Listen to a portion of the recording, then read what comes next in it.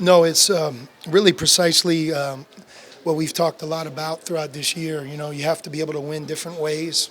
You have to be able to overcome a poor shooting night or foul trouble, injuries, illness. And I think the definition of a really good season has a lot of those moments in it, but yet you still find a way. And tonight it was our defense and our rebounding that allowed us to win a very tough game. Zeke Naji is really developed into an excellent free throw shooter, and he gets fouled so much that no doubt it's certainly a weapon for us on offense. A road sweep in the Pac-12 is coveted. I think every team and every group of guys that does it, you realize that when you do it, how hard it is. But we bounced back on both of our road trips. We didn't play well prior to the Washington trip. Lost a tough game to ASU, and our last game against UCLA, we didn't play well, and UCLA beat us. But how you respond is a big deal, and I credit our team. No, there wasn't a lot of fouls called in the UCLA game tonight. There was quite a few that were called, but again, that's something we can't control as coaches and players. You have to be able to guide your team and play through it. Jamal Baker tonight came in for Nico, and Nico is a really important part of our team. And a lot of times when that starting point guard goes down with 4 fouls, the game changes. Jamal was a steadying force and played some really good basketball throughout the second half when Nico had 4 fouls. And that's a credit to Jamal, and I think it says a lot about our team. That's right.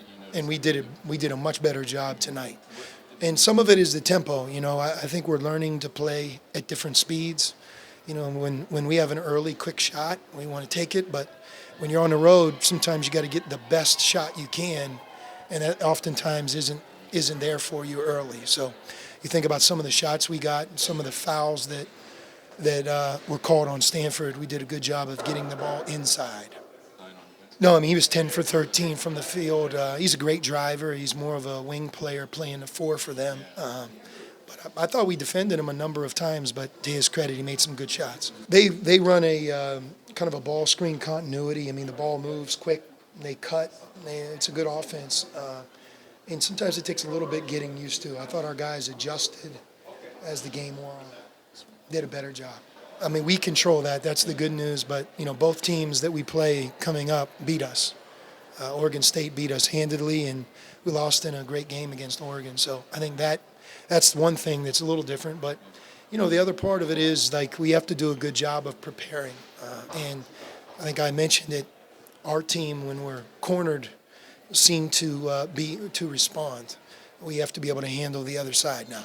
He was outstanding. He got post-trapped on every catch. And for him to finish this game with the points and rebounds that he had, it was a great performance. Stanford does it to every team, so their trap is more pronounced. They trapped everybody. They trapped Ira. They trapped Stone. And, sometimes the weakness of doing that is you give up second shots. And, for us, getting 13 second shots is a big deal. And I'm sure part of why we did that is that, they're post-trapping the way they did. But you have to get the ball inside first for them to post-trap, and in the second half, we did a good job of that.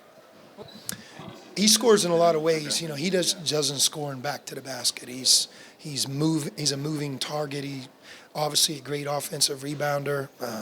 He can shoot the ball from 17 feet, and he's obviously a very good free throw shooter. So he's not just dependent on a low block shot,